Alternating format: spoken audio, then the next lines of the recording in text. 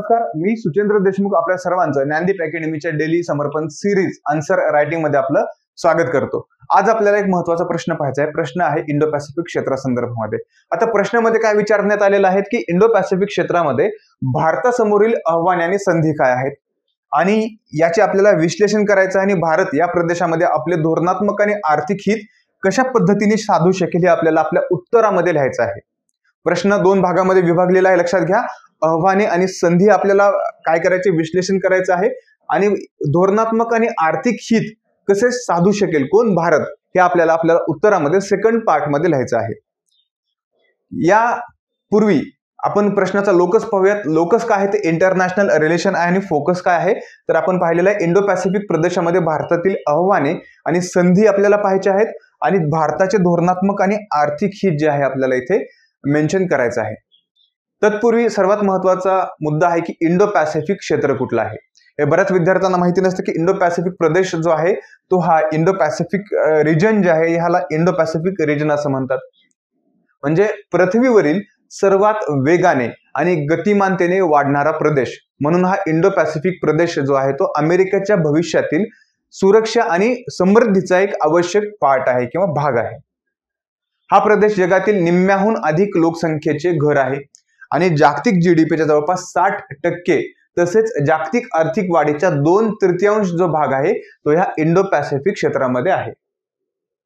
हे आपण इंट्रो मध्ये इनिशियली मेन्शन करू शकतो, इंडो पॅसिफिक प्रदेश काय आहे।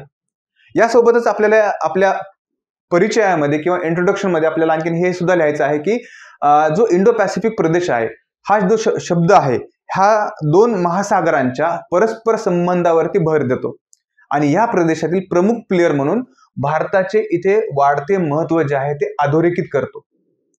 चीनचा उदय असेल किंवा विकसित होणारे इतर शक्ती असतील, सागरी विवाद आहे आणि आर्थिक सुरक्षा, या सर्व संधीचा शोध यामुळे इंडो पॅसिफिककडे जे आहे संपूर्ण जगाचे लक्ष वेधले गेलेले आहे।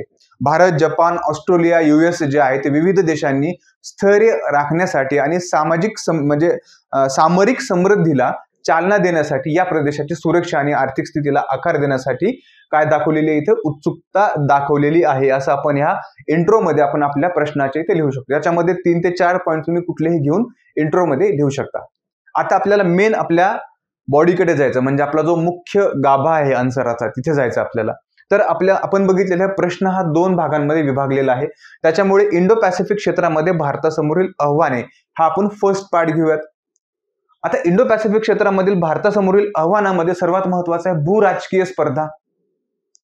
आता या भूराजकीय स्पर्धामध्ये आपण डायरेक्टली असं मेन्शन करू शकतो की ही जी भूराजकीय स्पर्धा आहे इंडो पॅसिफिक क्षेत्रामधली, या भूराजकीय स्पर्धामुळे चीन आणि US जे आहे यासारख्या प्रमुख शक्तींमध्ये म्हणजे ह्या इंडो पॅसिफिक क्षेत्रामध्ये ह्या चायना आणि US चा प्रभाव आहे। यामुळे काय होतंय की यांच्या दोघांमध्ये तीव्र स्पर्धा आहे आणि ज्यामुळे भारताला एक संतुलित दृष्टिकोन राखण्यास आव्हाने निर्माण होतात। भारताला कसा पाहिजे, संतुलित, ओके, संतुलित दृष्टिकोन भारताला राखण्यासाठी ते आव्हाने निर्माण होत आहेत। यासोबतच सागरी सुरक्षा महत्वाचं आहे। आता या सागरी सुरक्षामध्ये इंडो पॅसिफिक प्रदेशामध्ये पाहायला गेलं तर आपण या महत्वाच्या सागरी मार्गाचा समावेश आहे आणि भारताला चाचेगिरी असेल, दहशतवाद असेल, प्रादेशिक विवादांशी संबंधित काही गोष्टी असतील, समस्या असतील, याचा सामना करावा लागतो, ज्यामुळे सागरी सुरक्षा आणि नॅव्हिगेशनचे जे स्वातंत्र्य आहे त्याच्यावरती परिणाम होतो। आता आर्थिक एकात्मतेमध्ये आपण पाहिलं तर आर्थिक एकात्मतेमध्ये आपण असं लिहू शकतो की एक जटिल व्यापार करार जे आहेत इतर देशांमध्ये भारत आणि इतर देशांमध्ये होणारे, त्यासोबतच काही नियमांचे अडथळे आहेत आणि देशांमधील विविध आर्थिक प्रणालींमुळे भारताला आपली अर्थव्यवस्थाची प्रभावीपणे त्या क्षेत्राशी किंवा त्या देशाशी जोडण्यास इथे अडथळे तयार होत आहेत। कशामध्ये, या इंडो पॅसिफिक रिजन मध्ये पायाभूत सुविधांचा विकास। आता बेसिक इन्फ्रास्ट्रक्चर आहे याच्यामध्ये मजबूत कनेक्टिव्हिटी आणि पायाभूत सुविधांच्या अभावामुळे प्रादेशिक कनेक्टिव्हिटी वाढवणे आणि आर्थिक संधीचा जो आहे तो फायदा घेणे भारतासमोरील एक मोठे आव्हान आहे। ओके, इथे काय करायचं, रिजनल टू रिजनल कनेक्टिव्हिटी जे आहे, ओके, ती कनेक्टिव्हिटी वाढवायची आहे। आणि हे सुद्धा भारतासमोरील एक प्रमुख आव्हान आहे. यासोबतच आता आपण आव्हाने बघितलीत, आता यापुढे आपण संधी बघूयात. म्हणजे भारतासमोरील ज्या संधी आहेत, या संधी ज्या आहेत त्या कशा आहेत, आव्हाने आपण मेन्शन केलेली आहेत. आता संधी काय आहे, तर सर्वात महत्वाचं आहे धोरणात्मक भागीदारी. तर धोरणात्मक भागीदारी म्हणजे काय, भारतासाठी एक संधी आहे महत्वाची. आता याच्यामध्ये भारताला या प्रदेशामधील जपान असेल, ऑस्ट्रेलिया आहे, युनायटेड स्टेट आहे, यासारख्या समविचारी देशांच्या धोरणात्मक भागीदारी निर्माण करण्याच्या संधी आहेत. म्हणजे या देशांसोबत, ज्यामुळे एक नियम आधारित ऑर्डरला चालना मिळेल आणि चीनच्या प्रभावाचा प्रतिकार जो आहे तो भारताला या रिजन मध्ये करता येईल. त्यासोबतच आहे आर्थिक व्यस्तता. आता आर्थिक व्यस्ततामध्ये आपण इथे मेन्शन करू शकतो की आर्थिक व्यस्तता म्हणजे काय आहे, तर इंडो पॅसिफिक प्रदेशामध्ये अफाट आर्थिक व्यस्ततेचे क्षेत्र आहे आणि भारत जो आहे तो प्रादेशिक व्यापार करारांमध्ये सक्रियपणे भाग घेऊन, गुंतवणूक करून आणि व्यापाराला चालना देऊन जो आहे तो या पायाभूत सुविधा विकास प्रकल्पामध्ये गुंतून याचा जो आहे तो ह्या फायदा घेऊ शकतो. ओके, हा जो रिजन आहे याच्यामधील एक बेसिक इन्फ्रास्ट्रक्चर डेव्हलपमेंट असेल त्याच्यामध्ये भारत सहभाग घेऊन याच्यामध्ये आर्थिक व्यस्ततामध्ये इथे आपला फायदा करून घेऊ शकतो. त्यासोबतच एक याच्यामध्ये आणखीन एक आपण सॉफ्ट पॉवरची डिप्लोमसीच्या अगोदर आणखीन एक सुरक्षा सहकार्य म्हणून सुद्धा लिहू शकतो. ओके, सुरक्षा सहकार्य. या सुरक्षा सहकार्यामध्ये आपण असं लिहू शकतो की जे सहयोगी सुरक्षा उपक्रम आहेत आणि प्रादेशिक भागीदारांसोबतचे जे लष्करी सरावचे भारताचे सुरक्षा सहकार्य वाढवतात. म्हणजे जे लष्करी एकमेका देशांसोबत केलेले जे करार आहेत किंवा सराव आहेत ते काय करतात, भारताच्या इथे सुरक्षा सहकार्य वाढवण्यास मदत करतात.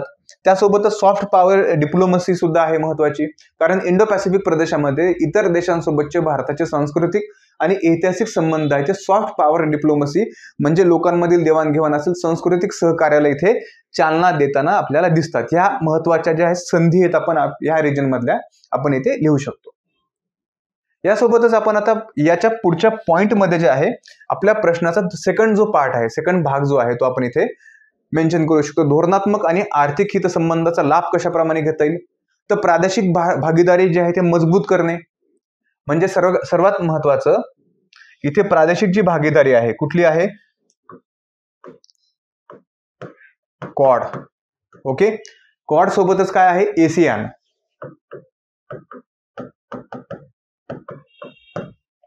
क्वाड एशियान यासारख्या ज्या संघटना आहेत.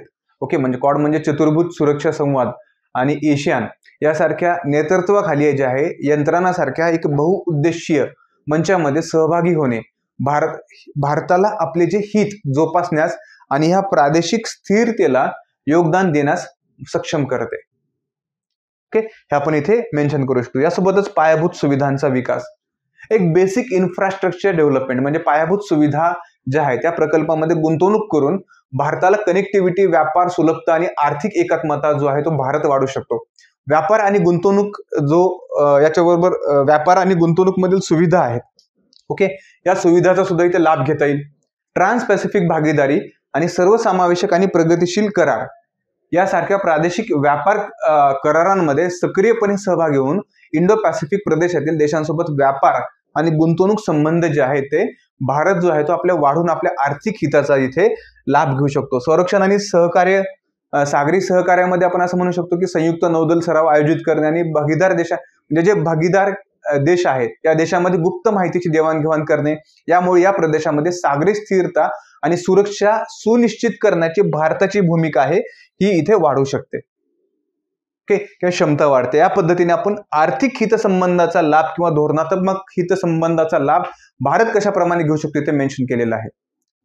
आता यानंतर सर्वात जो शेवटचा पॉइंट आपला कन्क्लुजन म्हणजे त्याला निष्कर्ष असं म्हणतो. निष्कर्षामध्ये आपल्याला लिहायचं आहे की इंडो पॅसिफिक क्षेत्रामध्ये जे आहे ते भारतासमोर आव्हाने आणि संधी अनेक आहेत. प्रादेशिक भागीदारांसोबत सामरिक दृष्ट्या गुंतून आर्थिक संधीचा लाभ घेऊन सुरक्षा सहकार्य वाढून आणि प्रादेशिक उपक्रमांमध्ये सक्रिय सहभाग घेऊन भारत इंडो पॅसिफिक प्रदेशात आपल्या धोरणात्मक आणि आर्थिक हितांचे प्रभावीपणे रक्षण करू शकतो.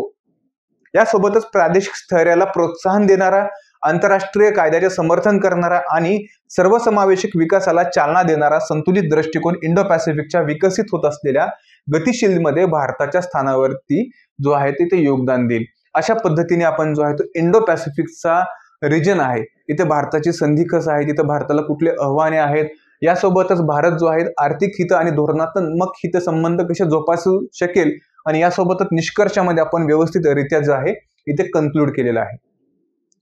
मला वाटतं एवढं आपण बघितलेलं हे सफिशियंट आहे आणि याच्यामध्ये भरपूर फॅक्ट्स जे आहेत आपण इथे पाहिलेले आहेत. अशा पद्धतीने आपण हे बेस्ट आपलं आन्सर जे आहे ते आपण येणाऱ्या परीक्षेसाठी एक तयारी म्हणून लिहू शकतो. ओके, आज आपण आपल्या डेली समर्पण आन्सर रायटिंग सिरीज मध्ये इथेच थांबूयात. धन्यवाद.